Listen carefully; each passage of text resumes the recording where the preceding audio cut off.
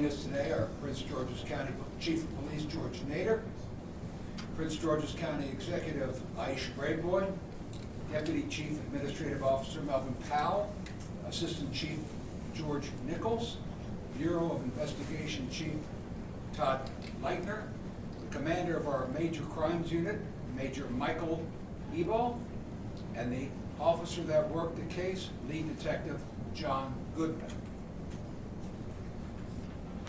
First, I'd like to introduce our Chief of Police, George Nader. Good afternoon. As you're aware, yesterday, just before 12 in the afternoon, we responded to a shooting at MGM at National Harbor. When we were on the scene, we located a victim identified as Darnell Hawkins Jr., who had been murdered. The suspect in this case was quickly identified by our detectives and in custody within 14 hours. The arrested is Benjamin Williams. He's from Fort Washington. What's important in this case is when we look at it, the murder of Mr. Hawkins is not a statistic. Mr. Hawkins was a person. He was a father. He was a brother. He was a son. He meant a lot to his family. It meant a lot to his community. So with that, the work that the detectives did in identifying the suspect in this case was outstanding. The speed in which they had him apprehended really is to be commended, and really want to thank them for their work, and also thank the Prince George's County Police Fugitive Unit for locating and arresting him without incident. So the motive in this case, we're still looking into. What played a vital role in solving this case was the caliber of video at MGM at National Harbor. There's almost no areas in the MGM that's not covered by video, and that was instrumental in bringing this case to a swift closure.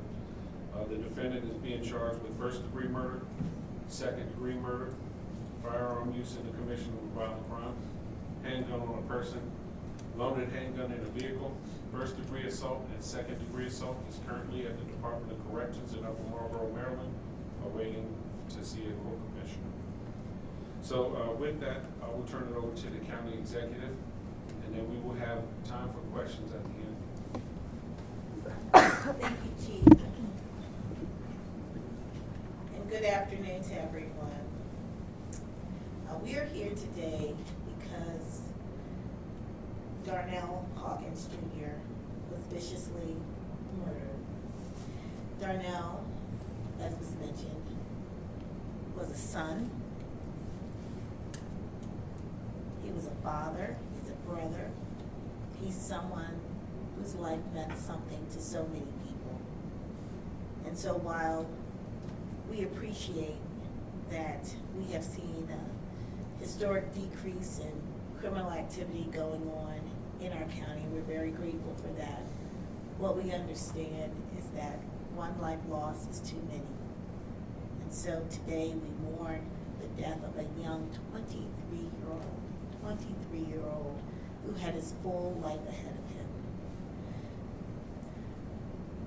I think one of the important things to note is that this was, we believe, a targeted attack, and that there is no general safety issues at MGM.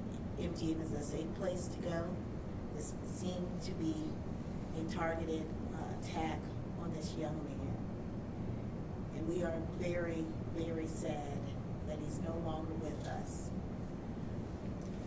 But we are also very heartened to know that the suspect in this case was identified very early, thanks to the work of the Prince George's County Homicide Unit. And I want to thank Lead Detective Goodman for his work and his team's work, and the entire police department's work on solving cases. We can't prevent every crime from occurring, but when we're able to solve cases quickly and make arrests, I think it brings some comfort to not only the family, but the community at large. And in this case, it's an example of the hard work that our police detectives do every single day to close cases and to bring justice to families. And so now we will hand off the case to the Office of the State's Attorney. The State's Attorney wanted to be here today, but she was tending to other matters. And we will continue to work with her as we develop the case, hopefully find the motive in this case, which right now we don't have, but we know who did it. We have sufficient video surveillance of the suspect, so we believe we have the right suspect in custody. And we hope to be able to bring closure to this matter. But just know that this time of year is a tough time to lose anyone, especially in this way. And so our hearts really go out to Mr. Hawkins' family. And we want them to know that Prince George is a community that cares, that the department, that my office, the State's Attorney's office, and everyone else who will be involved in pursuing this case stands ready to meet their needs as a family during this time. And so thank you again to our chief and to our public safety director, Mel Powell, and to the leadership team here at the Prince George's County Police Department.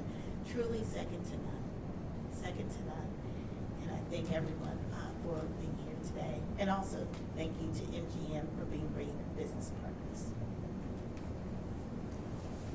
At this time, I'd like to introduce the Deputy Chief Administrative Officer for Public Safety, Melvin Powell. Good afternoon. First one, I want to start by reiterating what the county executive just stated, as well as Chief Nader. This is a horrific crime, and sometimes it's tough when we, as first responders, when we know there's nothing we can do to prevent every crime. But we, our hearts, our thoughts, and our prayers go out to the victims, families, friends, as well as those folks who work in and around the MGM area, who had to witness such a terrible incident yesterday. Not being able to prevent every crime doesn't change the fact that we as law enforcement and first responders, we do everything we can to make sure that we are willing to work around the clock to make sure that we find ourselves in situations like this where we can say a crime occurred and we made an apprehension. Our officers responded within minutes along with our firefighters. They were able to secure the scene, assist victims, gather the witnesses, and work in partnership with our friends and families at the MGM to make sure that we had everything we needed to make sure that this suspect was brought to justice. I also want to reiterate something that Chief Nader stated yesterday. This was a targeted incident, and the MGM is a safe environment. Prince George's County is a safe environment. We'll continue to put the resources together to make sure that we work in partnership with all of our law enforcement agencies and our community members to make sure that we continue to put Prince George's County in the forefront for safety. Thank you. And I do want to thank the members of the media for holding some of the information that I know you had yesterday. Preliminary information is often not accurate. That's why we're cautious in what we say when we provide preliminary information. We want to make sure we provide factual information. So with that, we'll take a few questions. Hi, Chief. Just wondering, are you still on the belief, was this a chance encounter, or was this victim kind of followed there? And also, I had reached out to MGM about security questions, and they referred me back to Prince George's County Police. Are you satisfied with the security apparatus they have in place, where someone, obviously got in there with a gun and committed a homicide? Do you feel more is needed there to make it more secure? So I feel MGM is a secure place. It's like any other business or place where people have public access to. So it's a shopping mall. You don't get checked for weapons when you go into a shopping mall. All of these places you don't get checked for weapons. If you go into the casino portion, then you do get checked for weapons. But, you know, I feel that it is secure. And we work in partnership with MGM for that, to make sure that it is secure. There's a combination of their internal security and Prince George's County Police that patrol the area, so I do believe it's a safe place. The first part was about whether was this a chance encounter? So we're still investigating that. We do know that from what it appeared, the suspect knew that the victim was there and may laid in wait until he had his opportunity to find him. Yes, ma'am. Are you able to talk about what the video surveillance captured? You mentioned that this was very obvious it was a targeted attack. Can you say how and why you know that information? Yes, and I'll give you generally. We do know, like we said yesterday, that the victim was just standing there ordering his food. The suspect emerged and immediately approached and began shooting at the victim, and only the victim, although there was others in there. There was no exchange prior to that. And then once he chased the victim, he continued to shoot him, even once the victim fell to the ground. Sir? What can you, just wondering what you could share, about the possible relationship between those two people and how they may have known each other, if there's anything you could share at this point. So it's still under investigation. Though we know we have the person responsible for this murder in custody, the motive we're still working on. Is there anything you could say about how you all concluded that it was a targeted attack? Kind of what I just explained. He laid in wait. We saw that on video, and he approached only the victim and began shooting at the victim and chased only the victim. And even once the victim was on the ground, continued to shoot. Has the suspect said anything or made a confession that he did do this? No, not at this time. Sir? Yes. Just had one question, or actually two questions. The suspect, are you guys aware that he have any, I guess, prior criminal history? And are you able to release any information about like where you arrested him or how you were able to find him? So we are aware that he has prior criminal history, and he was arrested within Prince George's County. We located him with investigative techniques. How did he get away from the scene? And can He you talk drove. about he drove? Yes. And then were you able to track his car using what?